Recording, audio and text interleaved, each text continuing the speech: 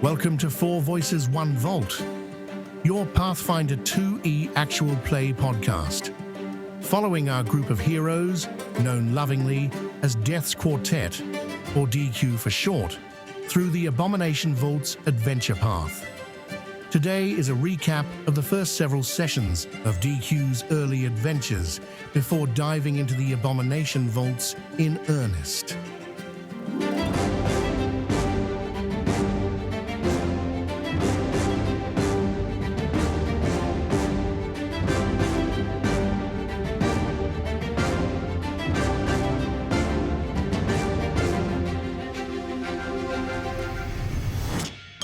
When the fog is creeping and the moon is low, when the town is sleeping, Gauntlight starts to glow. That's when she arises for her midnight lunch. Naughty kids are prizes for her teeth to crunch. But if you obey me and obey the rules, you're safe from Belcorra. She just eats the fools.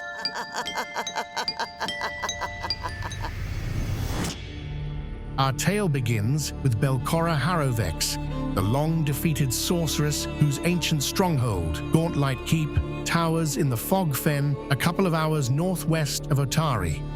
This spooky fortress is tied directly to the town's founders, the heroic crew known as the Rose Guard, led by legends like Vol Rajani and Asafina Menhemes, who took down Belcorra 500 years ago. During that epic showdown, they lost their friend and rogue, Otari Ilvashti. In his honor, the remaining heroes founded the town just south of where the battle took place, making it a true testament to friendship and bravery, shining bright on the coast of Kortos. Nestled west of the bustling Absalom, south of the towering Immenwood, and straddling the Osprey River, Otari has become a prime player in the lumber trade over the last 50 to 100 years, turning it into quite the thriving hotspot. But it hasn't all been sunshine and rainbows. After enduring cycles of neglect and the occasional kobold invasion, our adventurers are now stepping up to protect Otari and raise it to heights it has yet to see. Speaking of our heroes, let's meet the brave souls of Death's Quartet. Frank Castle is a stern human barbarian whose childhood in Otari left him shaped by loss and hardened resolve. Though tough, he's got a soft spot for the defenseless and will leap into action faster than a cat onto a shelf full of glass if someone needs to be knocked down. Meanwhile, Safi is the confident and charismatic catfolk rogue who is fresh from the circus and ready to turn her acrobatics into a new career. Her talents for going unnoticed and unobstructed mean she's sure to thrive under her new mentor, Yinyas Mera, who always comes off a bit too informed for a simple tavern owner, even if it is called the Crook's Nook. Then there's more, the introspective half-elf cleric with druid ancestry. He's more at home in nature's embrace than in the chaos of town life. As such, he's often found lounging by the Stone Ring Pond, where he's forged a tight bond with Warlewin since his arrival in Otari. The last sentient member of DQ is Gothwin, the quirky human alchemist who prefers the company of his mechanical cat, Cheba, over most humans. Once a military medic, now a bomb-loving tinkerer, he's happily tinkering away under Magaloy's watchful eye at the Crow's Cask, his first residence in Otari, before he and the rest of DQ started sharing a home with a delightful menagerie of misfit cats and critters. Thanks a lot, Frank. Our adventure began a week prior to one of the largest celebrations of the year, the Founders' Festival, a dedication to the Rose Guard. Tamali Tandaville, the owner of the Otari Fishery, found herself in quite a predicament.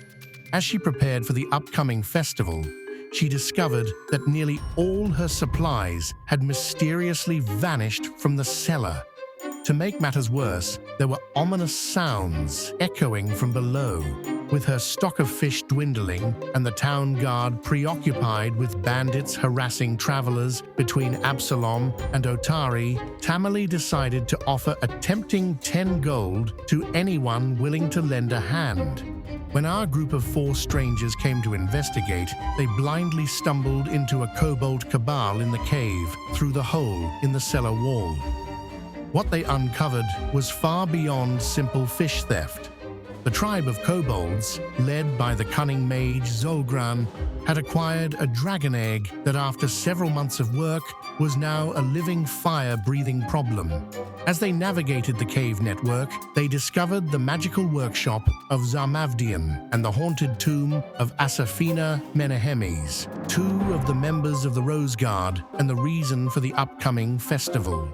But eventually, our heroes ventured deep enough to confront the powerful young dragon in its lair, and after defeating it and its master, they sealed the cellar against future invaders. Later, when those 4 strangers emerged with the head of a dragon and new discoveries regarding the founders of Otari Death's Quartet was born. In thanks, Tamale introduced the party to Mayor Osef Menehemes at a dinner party she hosted at the fishery, which was filled with many other prominent town figures and a traveling mercenary named Monsieur Franz Frangelico, who saved a town guard unit from the bandits on the roads. Upon DQ being asked by Captain Longsaddle to investigate an abandoned house in conjunction with a recent arson, the glory-hungry Franz threw a temper tantrum and stormed out, leading to the evening ending, but not before a few jokes about the fighter's fragile ego. Later, when the crew investigated the mysterious house, they were met by a host of fiery creatures and the ghost of Jensen, a passionate actor who accidentally turned his home into a bonfire while trying to embrace his role as a god of flames. Safi sweet-talked him, and he realized he'd already nailed his performance by convincing a living soul to set a shack on fire, allowing him to finally exit stage left. As a reward for their escapades, Osef Menehemes gifted the now vacant house to DQ, marking yet another chapter in their ever-unfolding saga. While excitement for the festival buzzed about town, our heroes took time to grow more familiar with the people and places within it. Frank played matchmaker by reuniting Colgan, the disgraced ex-kobold leader, with his partner Greenie and their 6 precious eggs, inviting them all to crash with Death's Quartet for the time being. Meanwhile, he juggled emotions over his missing childhood friend, Lazda, whose mother, Brelda, generously housed Frank and his kobold posse in the Rowdy Rockfish while they renovated their new home. Moore delved into the mysteries of Asafina's tomb and Zarmavdian's workshop, burying himself in study every second he had free, learning of an ominous threat that still lingers in the tomb with the help of the town paladin Vandy Bandadash, and simultaneously attempting to translate the runes that cover the walls of the workshop with Morlibint, Otari's leading wizard. While helping Magilloy with fireworks for the Founders Festival, Gothwin soaked up all the knowledge he could from working with a true master of her craft. Meanwhile, Safi was busy socializing and digging up gossip about missing Osprey Club members, possible sightings of werewolves who went on a rampage decades ago, and whispers of the Kortos Consortium plotting to disrupt Otari's cherished lumber trade. As we close this chapter, our heroes stand on the precipice of new adventures, like the lingering darkness in Asafina Menehemes' tomb and the various growing threats around Otari. The stakes have never been higher. But the Founders Festival is upon us, and the town is safe from adolescent dragons and megalomaniac ghosts, for the time being at least, so it's finally time to enjoy the festivities.